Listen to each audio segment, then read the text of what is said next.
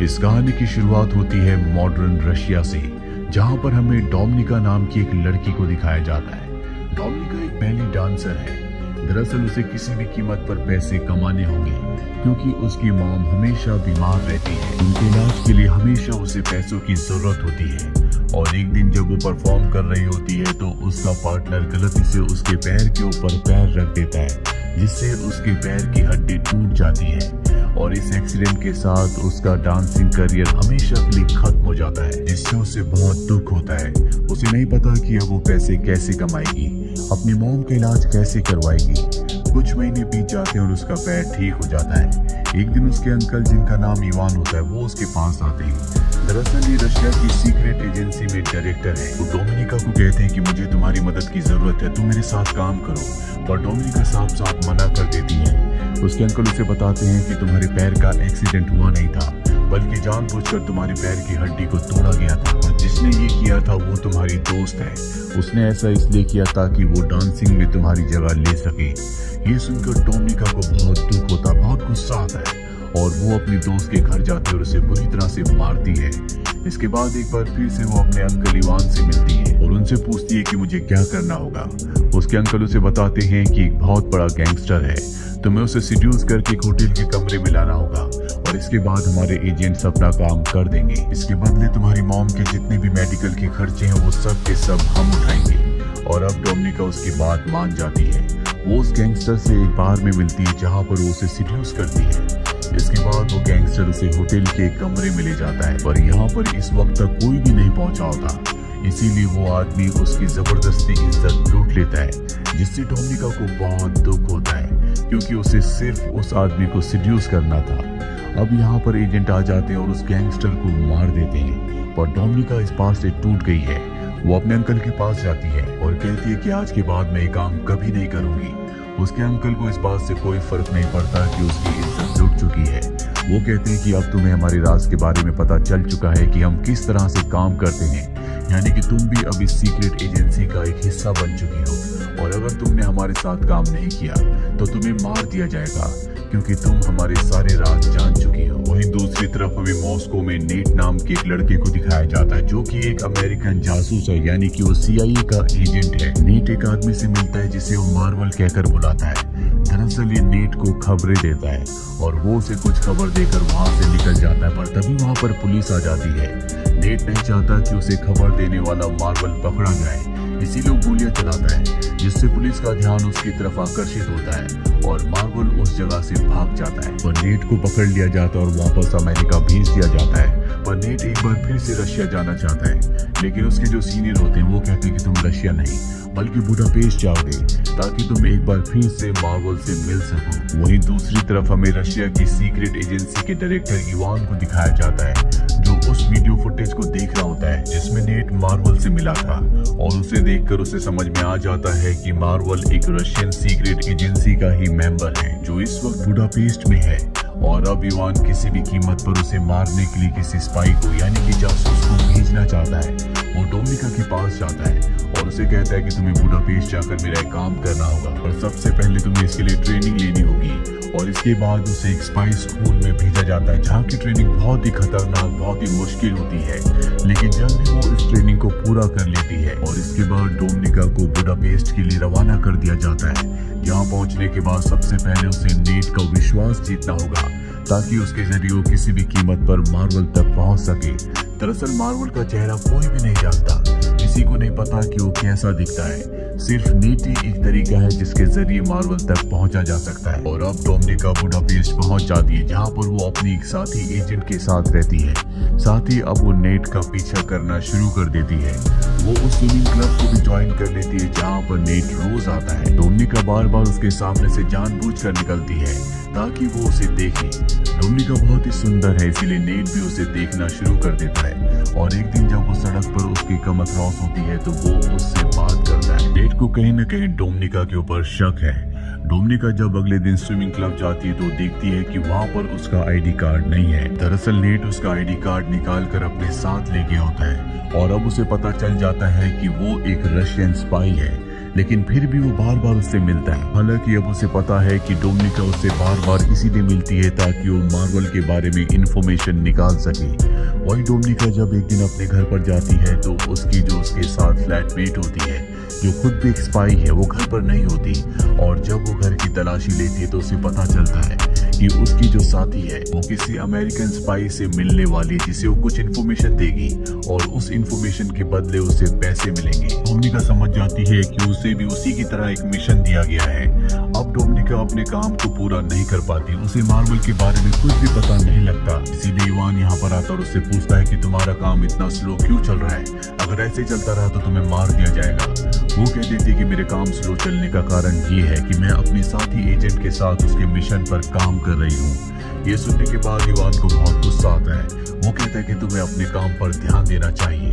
और जब डोमिनिका अपने घर पर नहीं होती तभी वहाँ पर एक दूसरा रशियन एजेंट आता है जो डोमिनिका के रूममेट फ्लैटमेट को मार देता है क्योंकि उसने अपने सीक्रेट मिशन को डोमिनिका के साथ शेयर किया था। हालांकि उसने नहीं किया होता, लेकिन डोमिनिका ने कहा होता है कि मैं उसके साथ काम कर रही हूँ। इसीलिए इवान को रशियन इंटेलिजेंस को लगता है कि उसने अपने खुफिया मिशन को किसी के साथ शेयर किया, इसीलिए उसे मार दिया जाता है। साथ ही जब डोमिनिका घर पहुंचती है तो वही रशियन एजेंट उसे धमकी देता है और कहता है कि अगर तुम अपने मिशन में फेल हुई तो हम तुम्हें भी मार देंगे। डोमिनिका इस बात से बहुत डर जाती है। वो नेट से मिलने उसके फ्लैट पर जाती है, जहाँ पर नेट उसे बताता है कि मुझे पता है कि तुम एक रशियन जासूस हो। डोमिनिका बताती है कि मुझे अपनी और अपनी मॉम की जान बचाने के लिए रशियन जासूस बनना पड़ा। नेट उसे कहता है कि मैं तुम्हारी और तुम्हारी मॉम की सुरक्षा की गारंटी लेता हूँ, लेकिन तुम्हें डबल एजेंट बनना होगा, यानी कि तुम्हें हमारे लिए काम करना होगा। और उसकी बात वो मान जाती है, जिसके बाद एक दूसरे के बहुत करीब आ जाते हैं। और अगली सुबह जब वो नेट के घर से निकलती है तो उसके पास उसका एक गिलास भी होता है जिसमें नेट के फिंगरप्रिंट्स हैं। वही नेट एक बार फिर से मार्बल से मिलता है। मार्बल उसे आगाह करता है कि तुम्हें डोमिनिका से दूर रहना होगा क्योंकि वो एक रशियन जासूस है और तुम्हारे लिए बहुत बड़ा खतरा बन सकती है। लेकिन नेट उसकी बात नहीं मानता और उसे अपने साथियों से भी मिलवाता है, जहाँ पर डोमिनिका कहती है कि मैं तुम्हारे लिए काम करूंगी, लेकिन इसके बदले तुम्हें मुझे $30,000 देने होंगे। अमेरिकन एजेंट्स पूछते हैं लेकिन हम ऐसा क्यों करेंगे? वो कहती है क्योंकि मैं तुम्हारी मदद कर सकती हूँ। जिस लड़की के साथ मैं रहती थी वो एक रशियन एजेंट थी। उसे एक मिशन दिया गया था जिस मिशन के तहत उसे यूएस सेनेटर की चीफ स्टाफ से मिलना था, जो उसे अमेरिका के बारे में बहुत सारी इंफॉर्मेशन देने वाली थी, पर उसकी अब मृत्यु हो चुकी है और वो मिशन अब मुझे दिया गया है। मैं तुम्हारी इसमें मदद कर सकती हूँ। ये सुनने के बाद वो उसे पैसे देने के लिए राजी हो जाते हैं और अब डोमिनिका सेनेटर की चीफ स्टाफ से मिलती है जो उसे डिस्क देती है।